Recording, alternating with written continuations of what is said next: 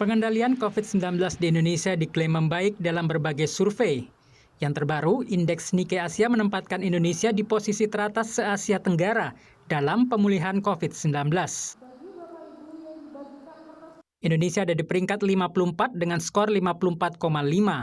Singapura ada di urutan 70, kemudian Kamboja di peringkat 76, disusul Malaysia di peringkat 102 dan Myanmar di urutan 105. Skor total merupakan akumulasi dari 3 kategori penilaian, yaitu manajemen infeksi, pemberian vaksin, dan mobilitas. Harian Kompas juga mengeluarkan indeks pengendalian COVID-19 di Indonesia. Pada 13 September 2021, indeks pengendalian COVID-19 ada di angka 73. Sementara pada 4 Oktober lalu, ada di angka 75. Semakin mendekati angka 100 berarti pengendalian COVID-19 semakin membaik. Membaiknya penanganan COVID-19 di Indonesia membuat pemerintah mulai melonggarkan berbagai kegiatan masyarakat, termasuk sektor pariwisata.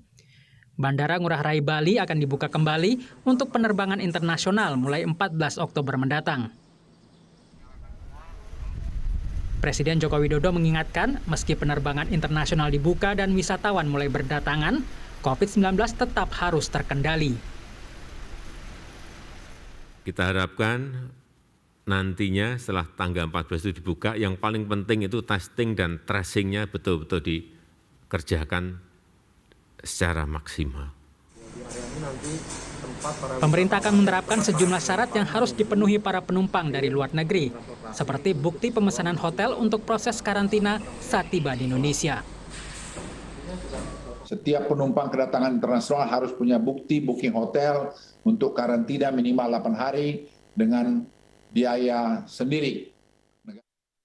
Juru bicara Satgas Penanganan COVID-19 Wiku Adhisa Smito mengingatkan masyarakat untuk tetap mewaspadai ancaman lonjakan kasus berikutnya.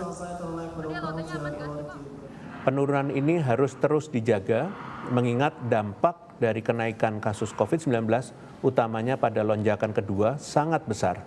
Dan kita berusaha semaksimal mungkin menghindarnya untuk terulang kembali.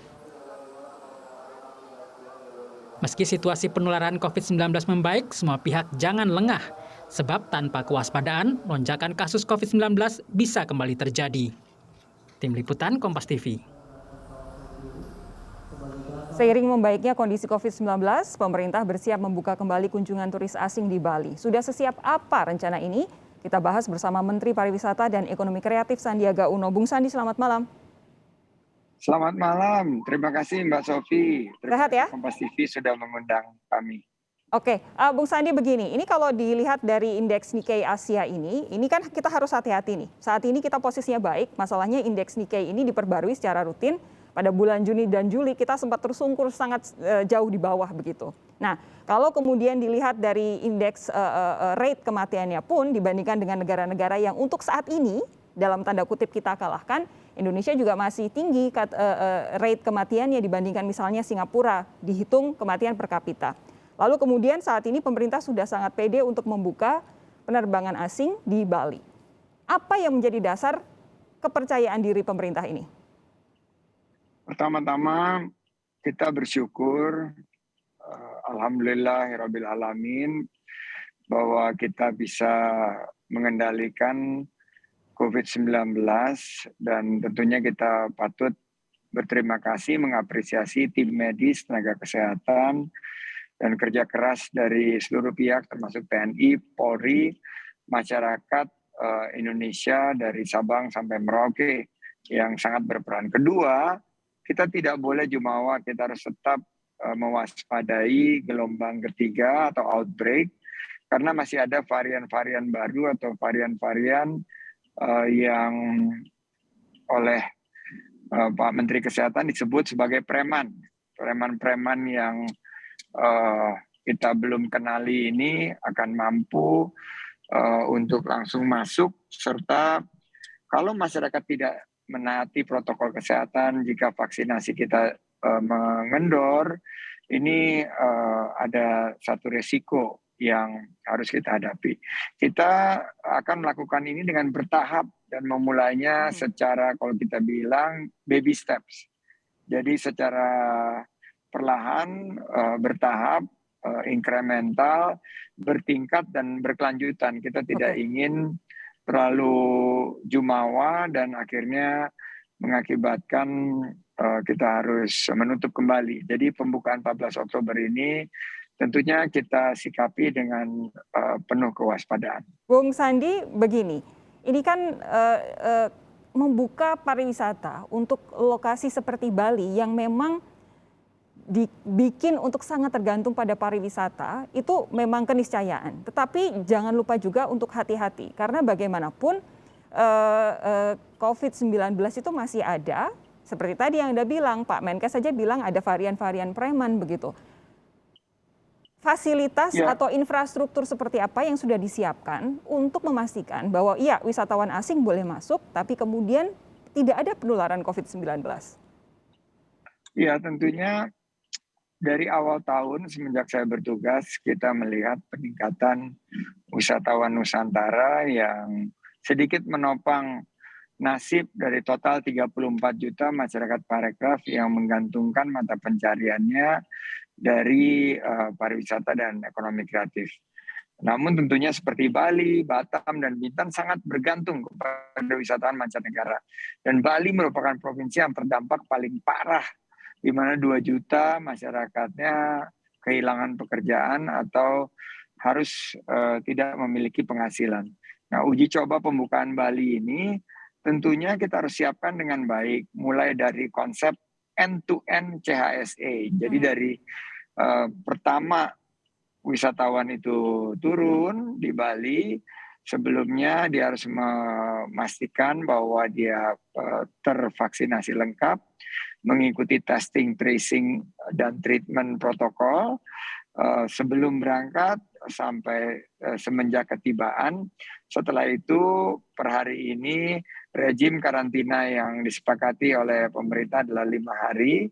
Ini mereka bayar sendiri di resort, hotel, villa, atau kapal yang ditunjuk oleh pemerintah. Nah, ini yang nanti kita harapkan kita akan terus monitor, dan saya bicara sama ahli epidemi Kemenparekraf, dan berdasarkan hasil pantauan ini mungkin setiap 1 bulan, 1,5 bulan kita akan melihat progresnya kesiapan dan penanganan COVID-19 ini, termasuk fasilitas kesehatannya, Mbak Sofi. Jadi ini yang harus kita pastikan. Bung Sandi, begini, ini yang jadi pertanyaan, karena Pak Luhut ketika awal pekan lalu menyatakan bahwa Bali akan dibuka, wisatawan asing boleh masuk, ia menyatakan bahwa harus ada karantina minimal 8 hari.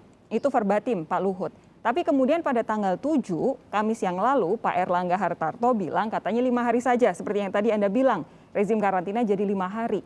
Kenapa hanya dalam waktu dekat ini seolah pemerintah itu saling menganulir pernyataannya sendiri? Ini berkaitan dengan keselamatan warga loh.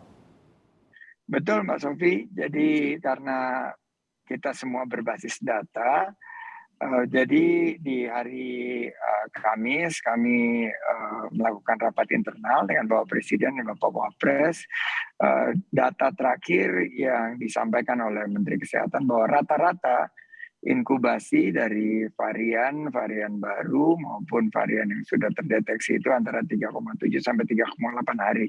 Dan untuk memastikan bahwa ini tidak yang melalui proses testing tracing ini teridentifikasi, tentunya patut kita pastikan, dan 5 hari ini akhirnya konsensus yang diarahkan oleh Bapak Menteri Kesehatan berdasarkan data yang dimiliki.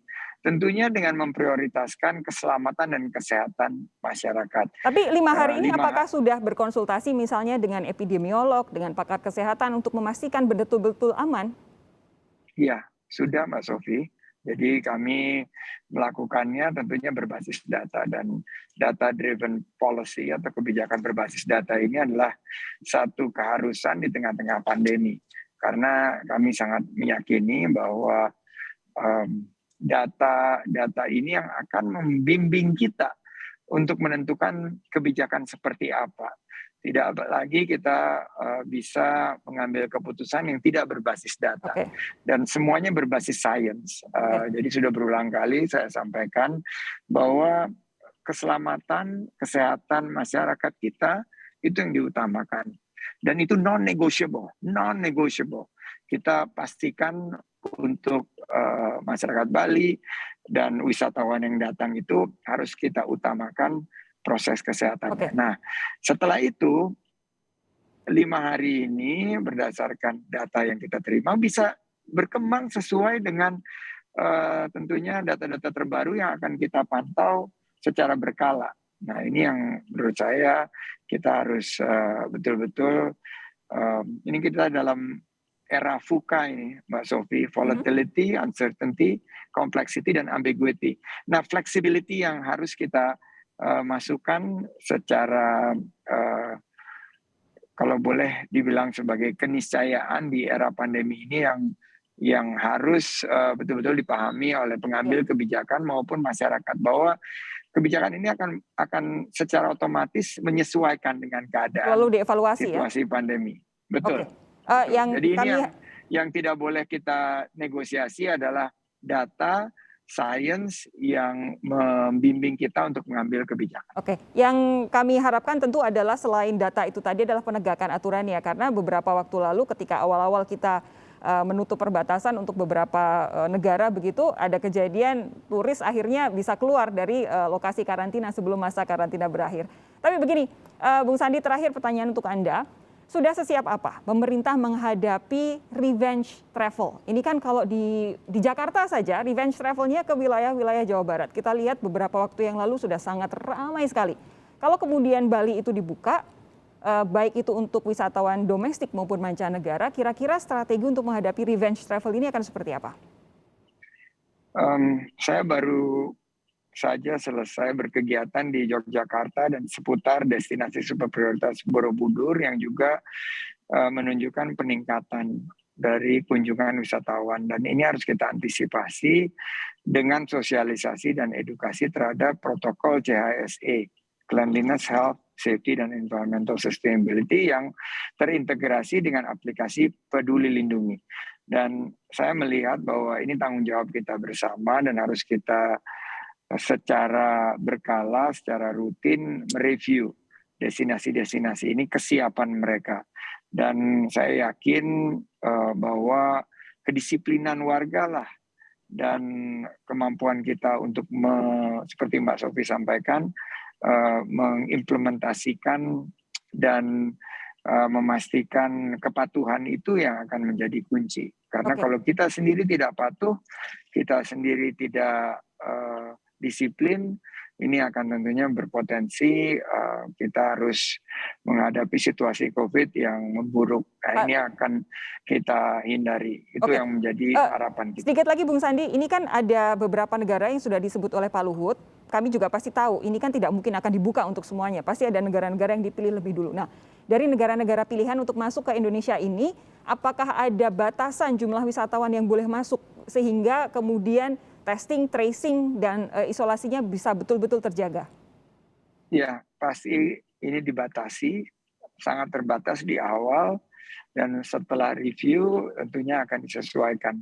Tapi negara-negara tersebut kesepakatan pada rapat bersama Bapak Presiden, Bapak Wapres akan ditentukan tim teknis dan diumumkan mendekati tanggal 14 Oktober saat Bali, Batam, dan Bintan. Jadi bukan hanya Bali, Batam, dan Bintan dibuka kembali untuk kunjungan dan wisatawan mancanegara. Baik, Bung Sandiaga Uno, terima kasih sudah bergabung bersama kami. Sehat terus, hati-hati di jalan. Terima kasih, sukses Mbak Sophie. Sampai jumpa lagi lain.